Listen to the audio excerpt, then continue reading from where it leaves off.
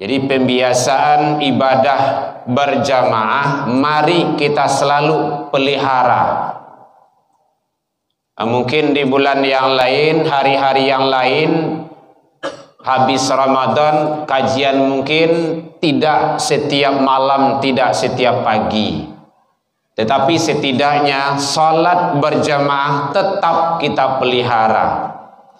Biar di Karajo, di kantor, di kampus, di mana saja, ataupun kita sudah di rumah, datang kita ke masjid dalam rangka kita mencari yang terbaik. Inilah yang disampaikan oleh sang baginda Rasul, bahwa salat berjamaah itu jauh lebih utama dan lebih afdol ketimbang dengan salat sendirian. Lai baduo hawa jamaah juga. Jamaah itu jamak, kan lebih dari satu. Kalau lebih dari cie boleh berjamaah, boleh. Nya 1,5 yang tak boleh. Balas 1,5 kok. Cie orang setengah orang. Susah aja tuh mah. Tu ragu waktu. Tapi kalau 2 boleh. Itu kalau setengah orang kan ada orang tuh dah. Jadi jamak, berjamaah. Jadi usahakan kejar. Ya mungkin awak dalam perjalanan pergi kemana ke, dalam mobil itu kan ada 2, 3, 4 gitu kan. Salat jamaah, salatul jamaah afdolu, lebih utama. Kejar hal yang seperti itu, karena kita sudah dibiasakan di Ramadan ini, udah dilatih. Bu, sampai belakang bu. Alhamdulillah. Dikira kok lalu tu belakang ni. Jadi biasakan. 1, pelihara selalu salat berjamaah. Karena kita sudah dibiasakan di Ramadan, bulan penuh barokah, maghfirah dari Allah.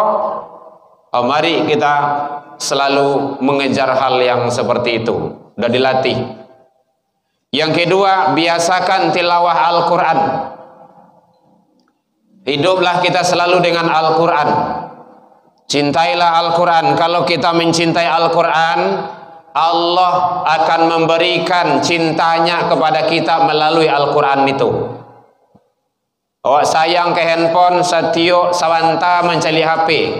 Jago lalu HP saya lihat lu. Jago lalu saja. Kadang antara azan yo kamat itu cari HP-nya dulu. Dek saking sayang dengan handphone tersebut, ada tak pesan masuk? Kadang malam sedang khatib khutbah cari HP je, main WA je di belakang tu. Ini kan pengalaman spiritual dalam khatib itu. Nampak, memang nampak dia Wak. Jadi kadang awak tergaduh lah bagi sedang khutbah tu, okay? Memang khutbah orang sedang baca WA nampak ya kan? Habis itu sayangnya Wak tu. Dengan benda yang satu itu. Coba cintai Al-Quran melebihi itu. Setidaknya hafalan yang ada bagi kita murajaah terus. Ulang-ulangi terus. Apakah yang hafal bagi kita? Alangkah lebih bagusnya kita tambah. Hadirin kaum muslimin rahimakumullah.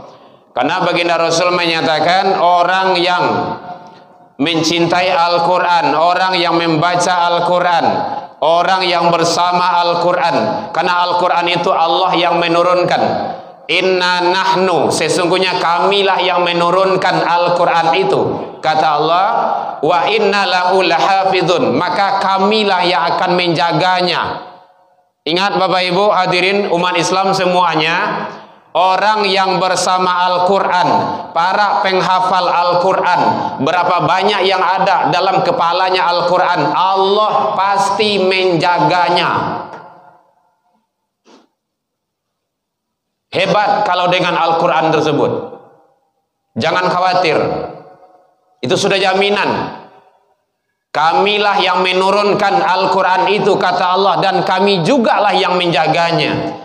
Orang yang bersama Al-Quran pasti mulia. Benda yang bersama Al-Quran pasti mulia. Contohnya, kulit kambing, awak tahu kulit kambing ya Bu ya, itu kan najis itu. Kemudian disamak itu bersihkan sebersih-bersihnya. Kemudian menurut kaidah usul fikih, dalam menurut kaidah ilmu fikih, lah dibersihan, dibawa ke pabrik, dibungkus dengan kepada Al-Quran itu. Setiap orang membaca Al-Quran, sudah baca cium, sudah membaca dicium, sudah baca dicium. Awalnya benda najis, bersentuhan dengan Al-Quran, menjadi suci, dia dicium oleh manusia. Masya Allah, luar biasa. Jadi tidak ada yang hina kalau bersentuhan dengan Al-Quran. Manusia yang bersentuhan dengan Al-Quran pasti dia mulia. Makanya para penghafal Al-Quran itu adalah orang-orang yang paling mulia di hadapan Allah, bersama para nabi dan rasul, bersama para syuhada, para mujahid, hafidh dan hafidhah. Maka jadikanlah anak-anak awak itu penghafal Al-Quran. Ada cik anak jadikan penghafal Al-Quran. Tidak bisa cik dua, tidak dua lah tiga, lampai anak lah 10 anak dalam rumah tu, tidak ada penghafal Al-Quran ke cik. Inginnya barah anak diagih di Allah dalam rumah tu baru bisa menjadi penghafal Al-Quran. Tidak susah, tidak sulit, nam pokok nam muah, itu kuncinya. Yang penting mau. Kalau ada kemauan, insya Allah. Jadi biasakan terus baca Al-Quran, pahami makna, tadaburi, dan amalkan.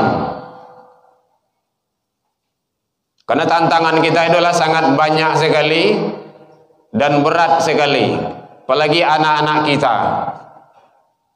Hadirin kaum muslimin rahimakumullah, jangan pisahkan mereka dari Al-Quran. Karena Al-Quran adalah kita menganggap sebagai pedoman hidup, kitab suci. Kalau kitab suci, maka kita harus faham dan mengerti tentang kitab suci yang kita miliki. Alangkah ruginya manusia itu, dia mengaku seorang Islam, tapi dia tidak tahu dengan kitab sucinya sendiri. Kadang baca kul huwallah tidak lelurui itu. Baca Al-Fatihah, Al-Fatihah lah bagi contoh kayak gitulah. Jadi oleh sebab itu la haulah la kaulah kaulah lah bagi. Maka penting bagi kita, Allah menganggap, memandang orang-orang yang belajar Al-Quran orang yang mulia dan orang yang terbaik. Qala Rasulullah, baginda Rasul menyatakan, khairukum, sebaik-baik kamu, man ta'allamal Qur'an, orang yang belajar Al-Quran, wa 'allamahu, dan mengajarkannya. Jadi orang yang terbaik dalam pandangan Allah dan Rasul, orang yang mempelajari Al-Quran, orang yang ngaji, orang yang membaca Al-Quran, orang yang mentadaburinya dan mengajarkannya. Kalau lah pandai awak baca Al-Quran, itu untuk awak baru, belum menjadi ala ilmu yantafa'u bih. Tapi wariskanlah ilmu yang bermanfaat agar bisa nanti menolong awak di akhirat. Salah satu yang tidak terputus. Ini kan hadis ini kan populer itu. Salah satunya adalah al ilmu yantafa'u bih. Hadirin kaum muslimin rahimakumullah.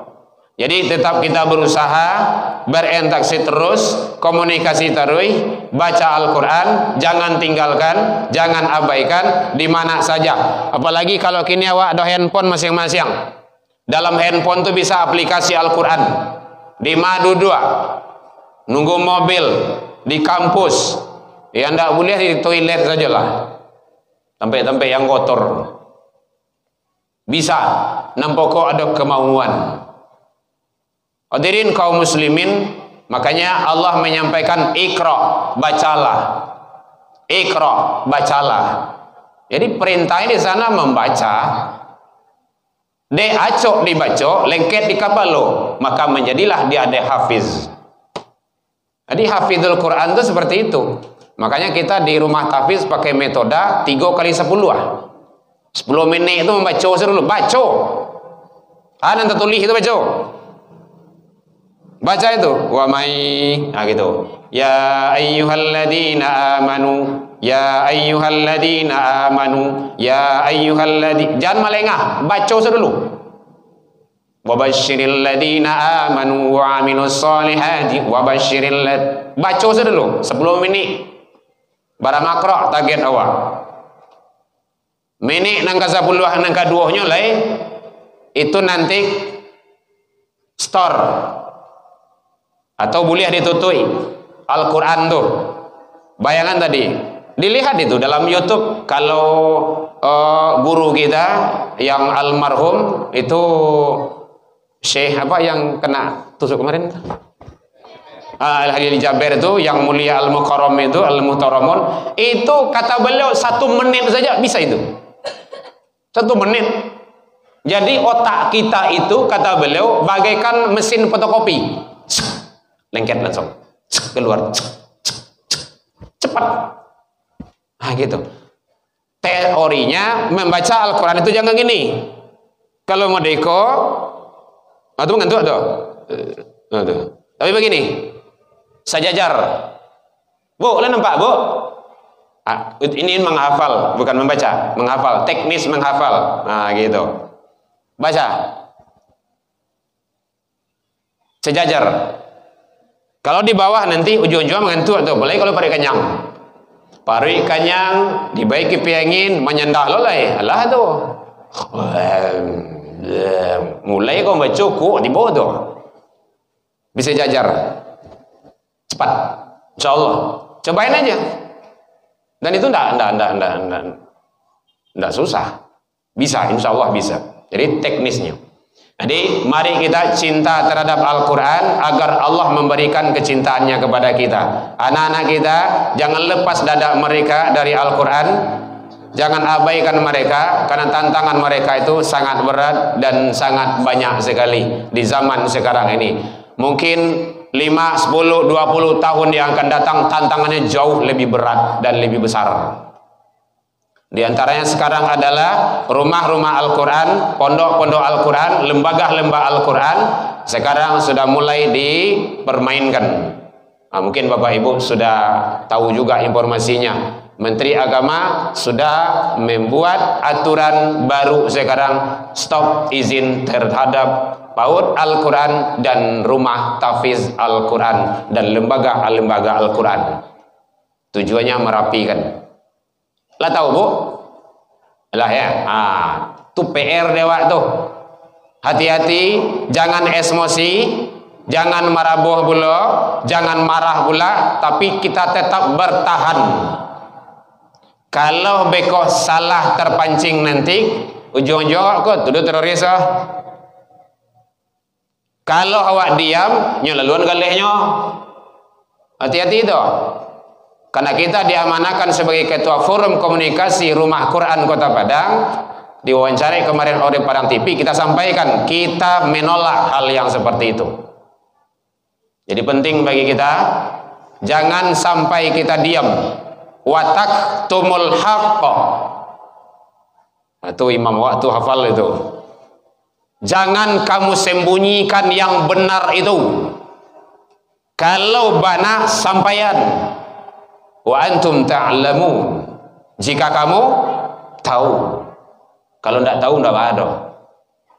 Jadi mari bapak-bapak, ibu-ibu, kita doakan guru-guru kita, ulama-ulama kita yang istiqomah, yang memperjuangkan, yang dipikir tidak nasib awak, tidak untung awak dipikir. Rasulullah itu, Nabi itu tidak memikir diri seorang doh. Kalau diri keluarga selesai, beliau sholat aja di Ka'bah itu selesai itu. Tapi yang dipikirkan adalah umat. Sampai akhir hayat beliau pun masih keluar dari mulut beliau, ummati, ummati, ummati, umat. Awak yang awak pikiran umat awak, generasi awak. 5, 10, 50, 60 tahun yang akan datang. Kita khawatir nanti kalau itu nanti dilanjutkan, bisa-bisa nanti lembaga yang tidak ada izin bubar, tidak boleh mempelajari Al-Quran. Khawatir kita seperti itu. Lembaga yang ada izin dipermainkan. Jadi tolong sekali lagi para penguasa, para pemangku jabatan, kalau sudah berkaitan dengan akidah, dengan ibadah, dengan tauhid, masalah keumatan, itu sebaiknya tidak menimbulkan kekacauan dan kegaduhan. Karena pondok Al-Quran, rumah tahfiz, paut-paut Al-Quran, lembaga-lembaga Al-Quran itu tumbuh di masyarakat, berkembang di masyarakat, swadaya masyarakat. Ndak mengemis doh. Mohon maaf Bapak Ibu, mohon maaf. Ini melampiaskannya saja atas ketidaksenangan. Ndak ada meminta-minta. Jadi tolong jangan diganggu hal yang seperti itu. Masalah sosial bolehlah, itu kita biasa itu, kehidupan sosial. Tapi kalau sudah masuk arena hal yang seperti itu sensitif sekali itu. Dulu suara azan disambung dengan suara malih kok nyebutnya. Suara bahasa Minang apa tuh? Tuh. Bahasa Indonesianya anjing. Bahasa Minang itu susah Pak. Begitulah. Padahal dalam azan tuh 2 kalimat syahadat. Nan kamanjamin awak bisa ndak bisa masuk sarugo tuh gara-gara syahadat tuh. Dia murtad gara syahadat. Tidak atau tidak? Iya atau tidak? Gitu caranya. Duduan tauhid itu beliau. Dalam azan itu ada panggilan untuk ibadah. Hayya 'alas shalah.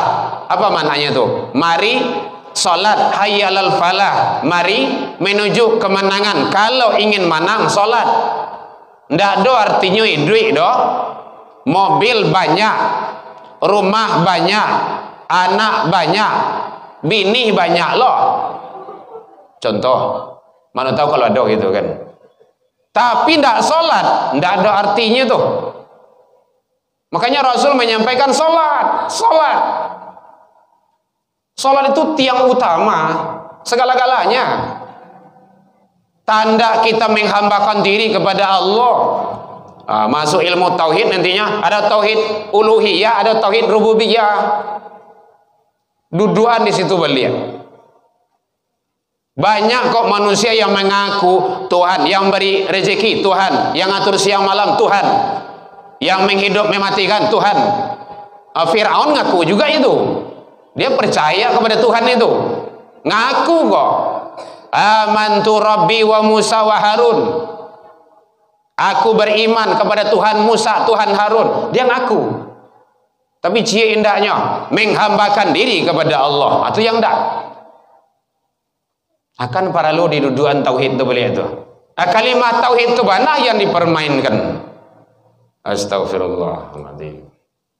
Jadi mari kita istiqomah Bapak Ibu. Mari sekali lagi umat Islam, seluruh umat Islam, mari istiqomah. Berikanlah yang terbaik ke diri awak. Kok sayang awak ke diri awak? Bila awak menutup tidak tahu. Aja kok tidak tahu. Sedetik pun kita tidak tahu. Wa mata dari nafsun bi ayyin ardin tamut. Kapan kamu akan meninggal? Umur bara, sedang manga. Kita tidak tahu Bapak Ibu, tidak tahu. Semua itu kita serahkan kepada Allah. Tapi akhirilah selalu kehidupan kita itu dengan kebaikan. Nah, kapan kita diakhiri itu kita tidak tahu. Maka selalu kita berbuat kebaikan. Hadirin kaum muslimin. Oleh sebab itu, mari sekali lagi. Jadi tugas kita adalah menghimbau, mengajak agar kita tetap istiqomah, sholat berjamaah jangan tinggalkan, jangan dibuat sedih masjid kita. Kita udah ramai-ramai, habis Ramadan udah sepi lagi, kan sedih kan? Beko wirid datang 2-3 orang, suduh cik, suku ikut cik loh. Mari kita ramai-ramaikan, ajak anak-anak awak. Mudah-mudahan Allah ridho kepada kita hidup di dunia dan akhirat. Terakhir saya atas nama pribadi dan keluarga, sudah ini malam terakhir, episode terakhir saya di sini pada tahun ini di Ramadan kali ini, dalam penyampaian kekurang lama maninya yang tidak enak. Mungkin begitulah metode dan cara saya menyampaikan. Saya Herman Tanjung dari lubuk hati yang dalam mengucapkan taqabbalallahu minna wa minni wa minkum taqabbal ya karim. Lai dimaafkan Bapak Ibu hadirin. Alhamdulillah, jauh dari itu kita juga sudah saling maaf memaafkan. Kok tadaga ibu juambo, kok ndak ada ambo besok leh menotau lah meninggal, boleh ibu lihat di YouTube nantinya. Buka saja Buya Herman Tanjung, jangan lupa like and share. Iklan lah seketik tu. Orang-orang anu memang iklan seketik. Ndak apa-apa, itu kan ibadah. Jadi masjid kita ini sudah masuk ke dalam YouTube. Yang jaleh ambo sudah masuk, walaupun kepada Pak Haji kadang-kadang kurang ambo kirim. Ambo kadang-kadang tidak sempat mengirim, boleh dicaliak, tidak apa-apa, silakan. Karena semua itu ladang dakwah bagi kita. Membuat orang Yahudi masuk mempegunuan awak ada pandai. Jauh benar tinggal awak. Ada YouTube, ada Facebook, ada Instagram, ada Twitter.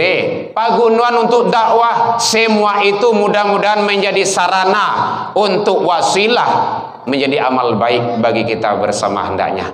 Ila liqa fastabiqul khairat wabillahi taufik wal hidayah. Wassalamualaikum warahmatullahi wabarakatuh.